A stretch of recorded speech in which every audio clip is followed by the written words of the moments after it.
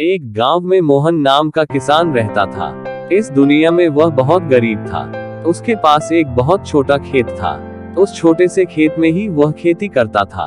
वह जैसे तैसे अपने खेत में काम करता और मजदूरी करके अपना घर चला रहा था। एक दिन भयंकर गर्मी पड़ रही थी, फिर भी किसान रोजाना की तरह ही खेत में काम कर रहा था।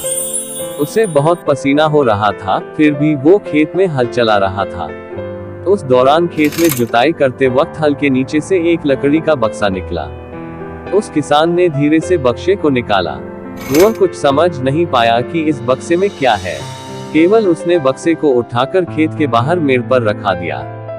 उसने देखा कि यह बक्सा खाली है, तो उसने अपनी दोपहर की रोटियां उसमें रख दी और वापस अपना काम करने लगा।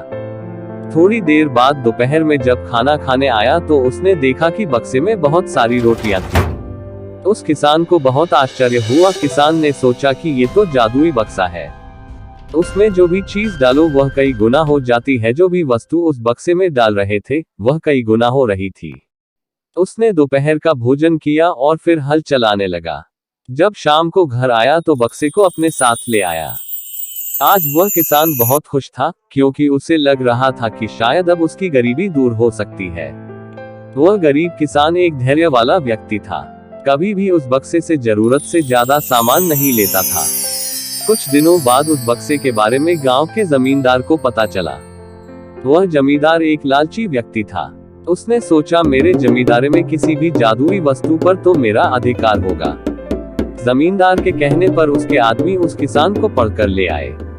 उस जमींदार ने किसको धमकाया और कहा कि तुम्हारा खेत मेरी जमींदारी का हिस्सा है, इसलिए उस बक्से पर मेरा अधिकार बनता है।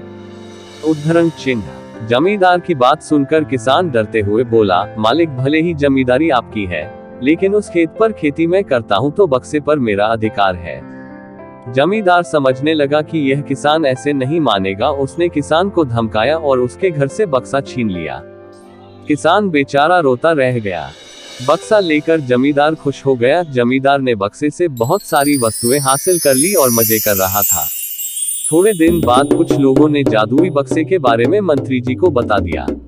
पहली बार तो मंत्री जी ने ध्यान नहीं दिया, लेकिन वापस कुछ दिनों बाद उन्होंने अपने एक आदमी को भेजकर बक्से की सच्चाई के बारे में पता करवाया।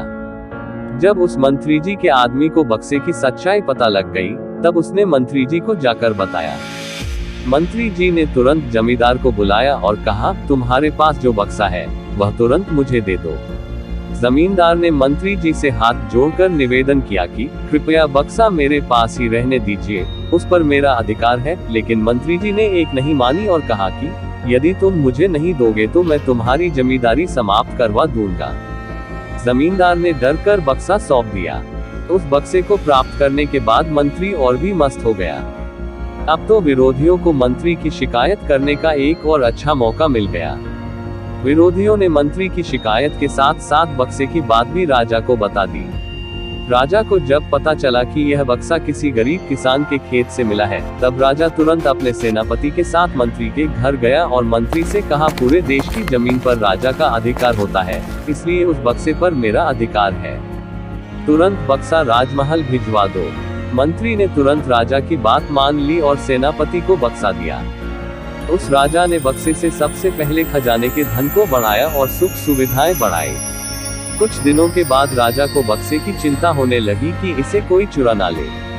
राजा उस बक्से को हमेशा अपने साथ रखने लगा। एक दिन राजा ने सोचा, इस बक्से में ऐसा क्या है, आखिर इसका रहस्य पता किया जाए। उस बक्से का रहस्य जानने के लिए राजा उस बक्से में बैठ गया। बाहर निकला तो उसके जैसे अनेक राजा बाहर आ गए। लोग नहीं पहचान पा रहे थे कि असली राजा कौन है। सभी राजा राज्य करने के लिए आपस में लड़ने लगे। यह बात किसान को पता चली तो वह बहुत दुखी हुआ। उसने स्वयं को कोसा और विचार किया कि अगर मैं उस बक्से को जमीन में गाड़कर रख देता तो बहुत अच्छा होता।